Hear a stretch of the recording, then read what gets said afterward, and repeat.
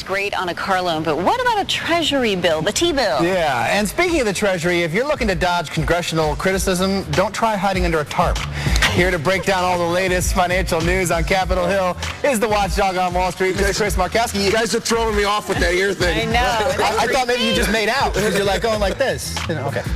So we got to talk about this, man. The T-bills, 0%. What does that mean? It actually went negative. So actually institutions and banks were actually giving the government money at negative. They were paying the government, here, take my money. It's almost the equivalent of institutions and banks almost going to the mattresses and sticking money like in their mattress. Like people say, 0% interest the government is borrowing money for right now. Think about that for a second. And people are willing to park their money there just because it's safe? They're nervous. End of the year, safety, and this demise of America, we're falling apart. It's the safest place in the world to put money. When there's, all sorts of different problems here and there, that's where everybody goes. And rates at that low. Imagine that. Imagine if your bank said, hey, you know what, Andy? We'll let you guys borrow money for 0%. Oh, right. That's just for 3 months. Those are treasuries. They're for 3 months. But even the 10-year is at 2.7%. Wow. I mean, how much money would you borrow if you can borrow money at 2.7%? And this is what people don't understand. Debt sometimes, it's a nasty word. We've talked about it here on the program with credit cards. Bad when you have debt paying 18, 25, 30%. But when you can get debt at 2.7%, 3%, that's good debt. That's an asset. Yeah. Okay. We also got to speak, when we're talking about the Treasury, about the congressional hearings yesterday. A lot of people on Capitol Hill not happy about the way the Treasury has been handling the bailout money. What's your take on this? Well, they feel like they got rope-a-doped a little bit. They feel that the money was supposed to be spent to help keep people in their homes, buy up mortgage assets, and some of it has. The FDIC has tried various different things, but the reality is that a lot of these people that they've helped rework their mortgages ended up foreclosing at a rate about 50%.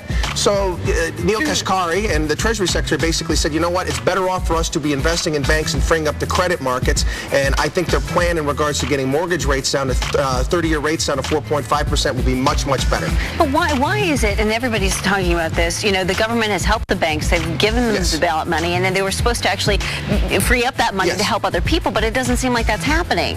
It's helped to some degree. Are we just being impatient? I think, it's going to take a little bit more time for it to actually get down to us. But as far as businesses are concerned, whether you be like a McDonald's or Caterpillar, they all have to access these capital markets so they can continue to do business. If they don't, then they're going to have to lay people off, and it's going to get really, really bad. They've managed to do that. The next step is to get it down to the consumer markets, credit cards, student loans, and also mortgages. And I think the Treasury's argument, too, is like, look, I mean, you guys are expecting this amazing results right away, but just the fact that we haven't gone into total financial collapse is a sign of success, actually. Well, not to mention the fact that, you're taking a look at all these foreclosures around the country. I mean, we live down here. We're in Florida. We've seen, okay, I'm going to own 4 or 5 condos and I'm going to flip them. A lot of these foreclosures are a lot of speculative properties as well. And there's no real number to determine between the two. Keeping people in their homes is fine as long as they can afford to keep them. Chris, thank you so much. A pleasure. Buzzword on Wall Street. You'd think bonus would be temporarily out of the lexicon, and in this new era of change in politics, it looks like the Chicago machine is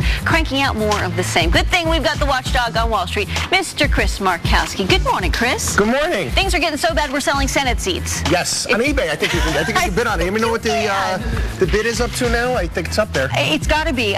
Here's the story out of the Wall Street Journal. Merrill Lynch CEO John Thain suggested to the firm that he be granted a bonus between $5 and $10 million because he helped avert what could have been a much larger crisis at the firm. Well, I only lost several $1 billion. I didn't lose $100 billion. Well, it wasn't his fault. Let's get down to the bottom line. It wasn't his fault. He basically put into a situation, but to actually ask for a bonus, I think outrages most people, including myself. Yeah. But what we're seeing happening in Chicago, they're going to tie all this stuff here together. Blago, Governor Blago wanted to get his wife Spitzer was so much easier to say, by the way.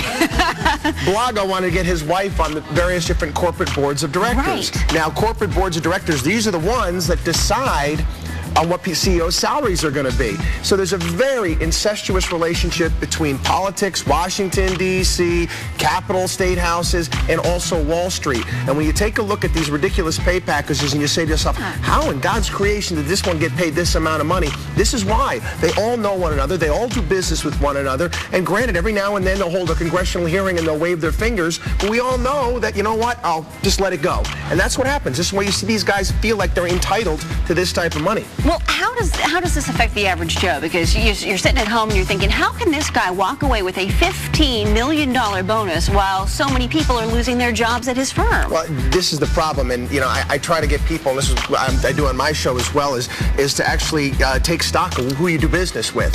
If you're ticked off at a company, what the CEO is getting paid, whatever it may be, don't do business with them anymore. Okay. It's as simple as that. I mean, you vote every single day. Your wallet's important. Power of your cash. Yeah, absolutely. Don't take anymore. That whole mad as hell, I'm not going to take it anymore. Well, that resonates. Right. Answer with your own power spending. We have about a minute left, Chris. With regard to the bailout package, I think a lot of people are a bit confused. It's not a giveaway, right? Yeah, that's a problem. Language and words mean things. Unfortunately, they sold this whole thing the wrong way. They call it a bailout. It's not a bailout. What the government is doing is they're basically borrowing money at low rates, which we talked about earlier, and they're investing in these various different banks and institutions. They're going to make a lot of money. The government's going to make a lot of money on this already. Some of the rates of return the government is getting 8%, 10%, and 12% on some of these deals, not to mention stock in the company. So it's not technically a bailout. All right, Chris, always a pleasure.